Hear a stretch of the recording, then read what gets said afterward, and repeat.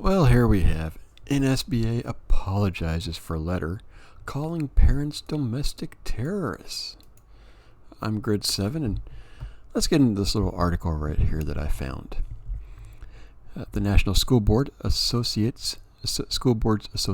issued an apology to its members Friday for the September 29th letter it sent to the White House, asking for federal assistance to combat the acts of domestic terrorism made by parents against school board officials.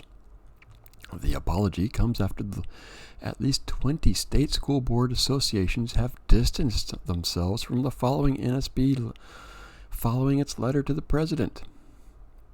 The letter stated, "On behalf of NSBA, we regret and apologize for the letter," the board of directors said in an email to its members. "To be clear, the safety of the school board members, other school officials, and educators and students is our top priority, and there remains important work to be done on this issue. However, there was no justification for some of the language included in the letter. We should have had a better process in place to allow for consultation on a communication of this significance. We apologize for the strain and stress the situation has caused you and your organizations." No, they're only doing this because they got caught. They actually still believe what they said, and that's the real problem. The letter goes on, "As we've since the letter was sent, we deeply value not only the work of local school boards that make important contributions within our communities, but also the voices of parents." That's complete BS. I've seen too many videos lately where the school boards don't care. They cut off the mics. They do what? They're rolling their eyes. They're not paying attention. They're like looking at their watches, seeing how they can cut off the time already.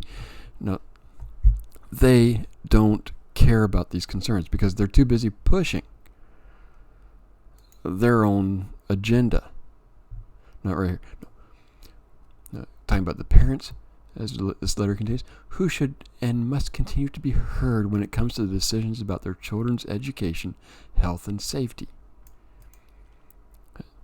The initial letter from the NSBA to the White House asked for federal law enforcement and other assistance to deal with the growing number of threats of violence and acts of intimidation occurring across the nation.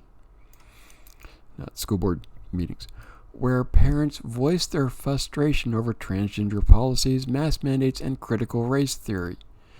Parents have the right to ask questions. And the problem is the leftists on the school board, they don't want to hear any questions. They don't want debate. That's the part of the whole problem. They don't want debate. It is their way or no way, and you shut up. It goes on here. The letter went on. It goes, "As these acts of malice, violence, and threats against public school officials have increased, the classification of these heinous actions could be equivalent to a form of domestic terrorism and hate crime." Well, again, part of me sits there and says this wouldn't have come to this if these school board members had paid attention, had not pushed their agenda. Now, the more I hear about critical race theory, the less I like it. You split people up and you tell one group, "Oh, you guys are great because of your skin color," and the other group, "Oh, you guys suck because of your skin color."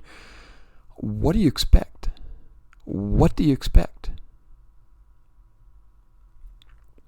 No, they're really only issuing this because right here, at least 20 state school boards have distanced themselves, and they're getting heat.